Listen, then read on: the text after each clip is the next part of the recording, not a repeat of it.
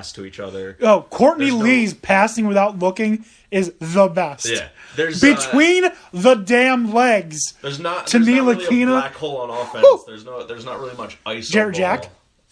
Well, he still passes.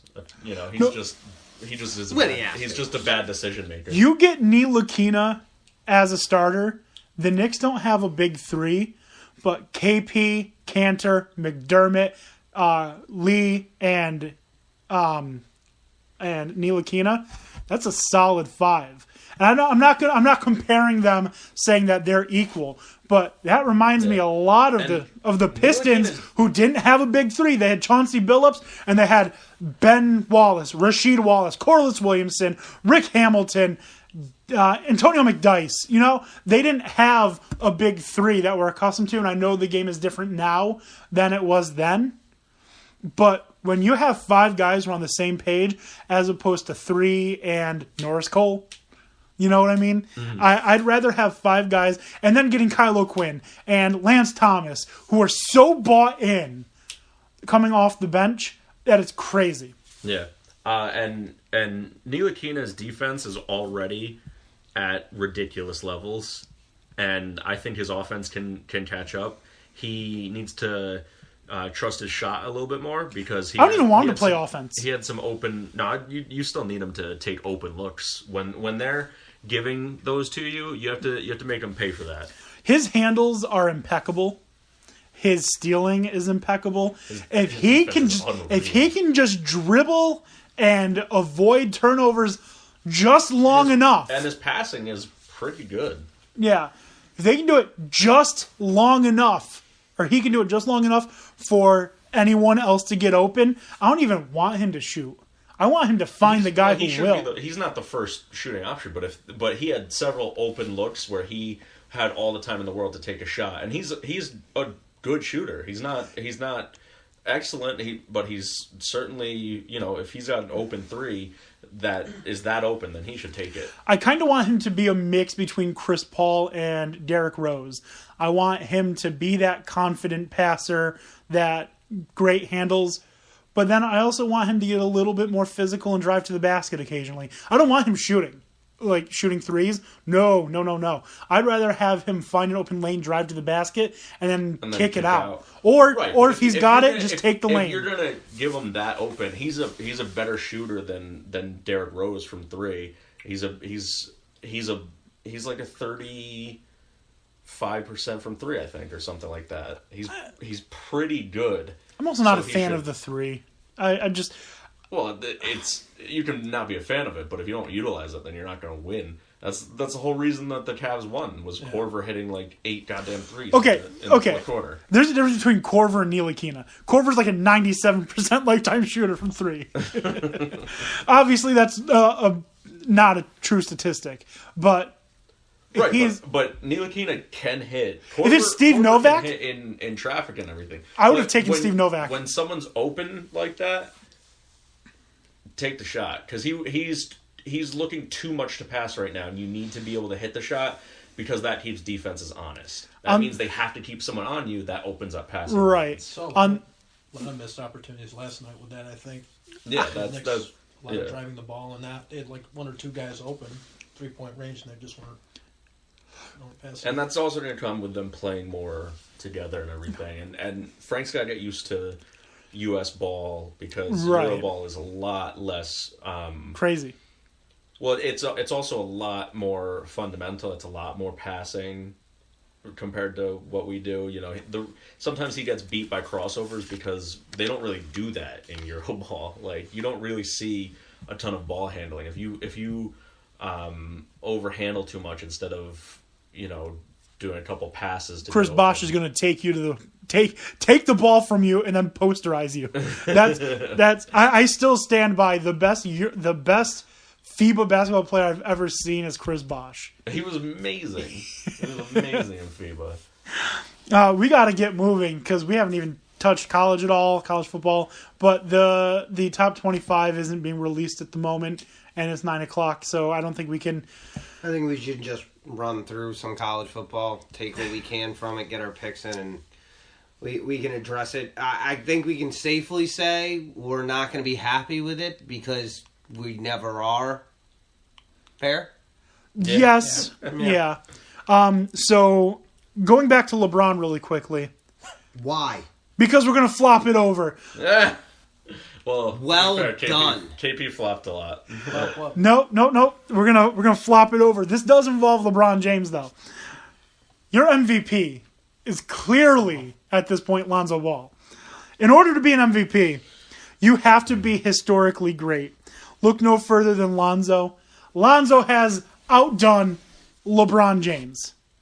Literally 4 games. outdone. Literally outdone LeBron James. 4 games. Shut up. He is 4 now games. the youngest player to ever record a triple-double in NBA history.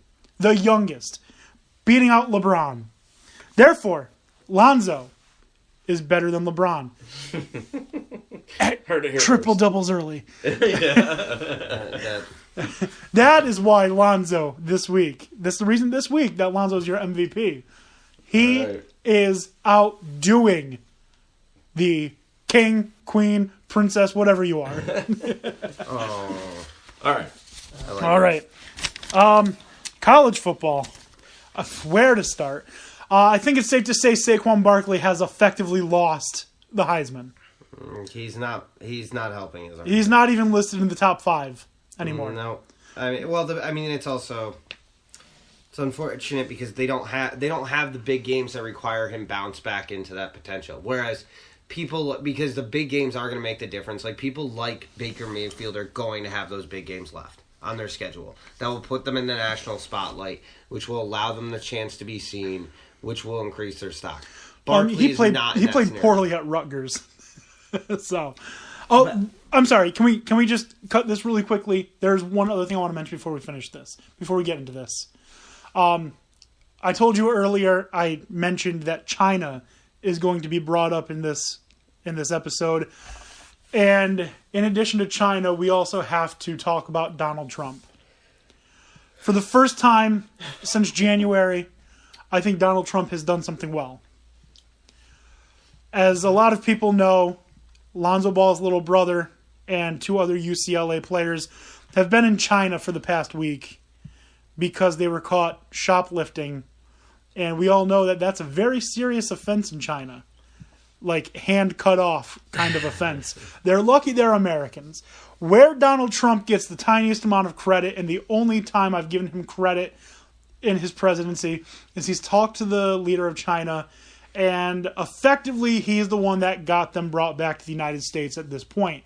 It probably would have gone on a lot longer had he not contacted, I think he went to China to go speak. He had the whole... He was there Asia tour. anyway. He just lucked out that these guys broke the law around the time frame that was convenient.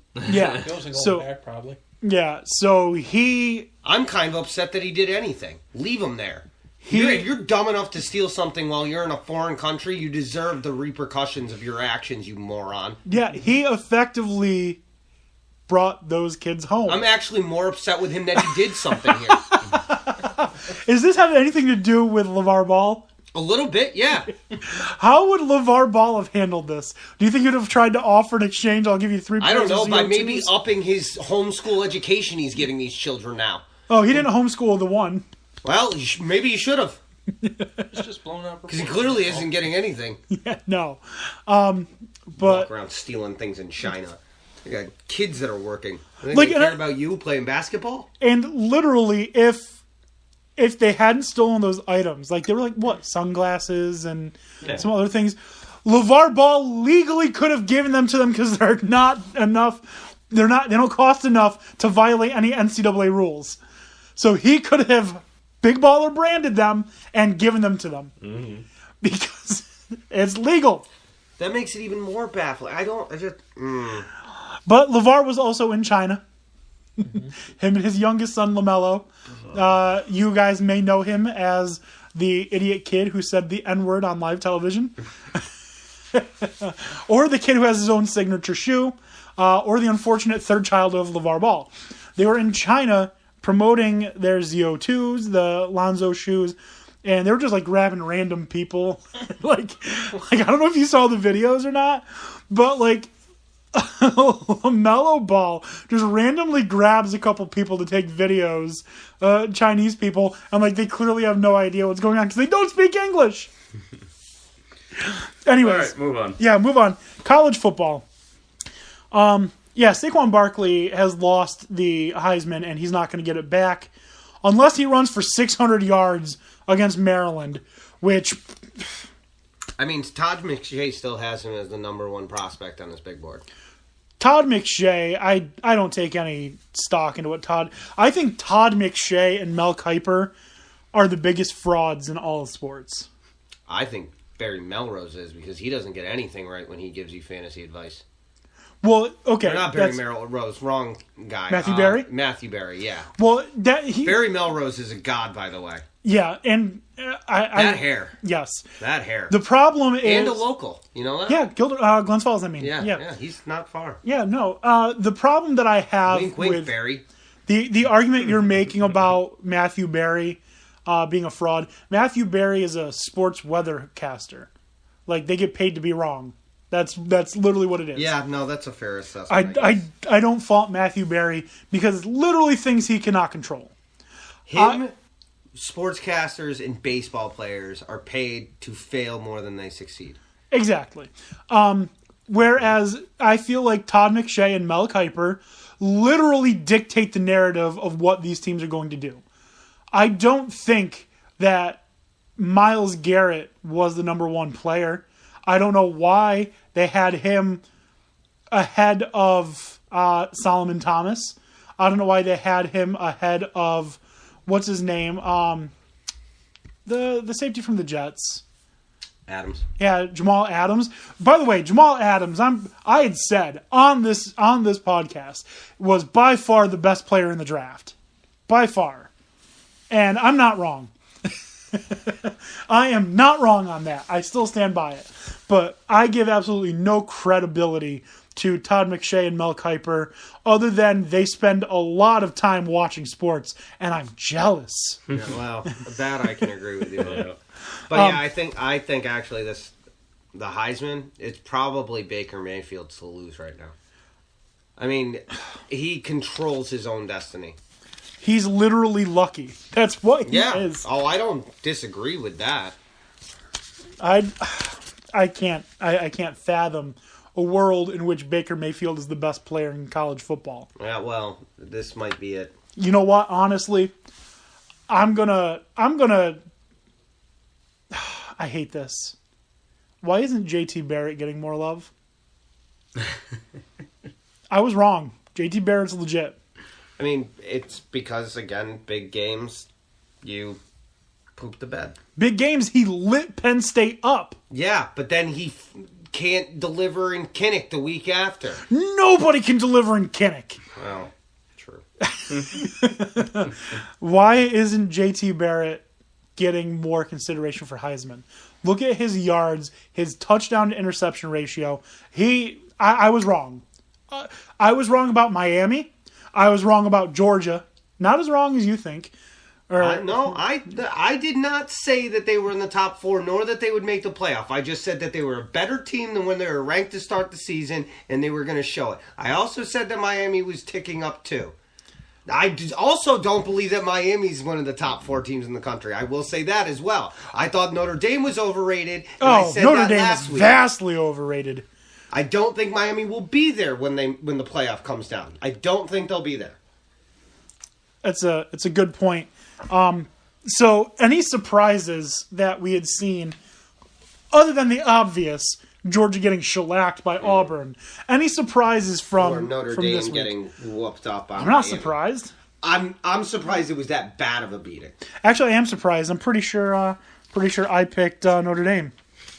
Yeah, no, I picked Notre Dame.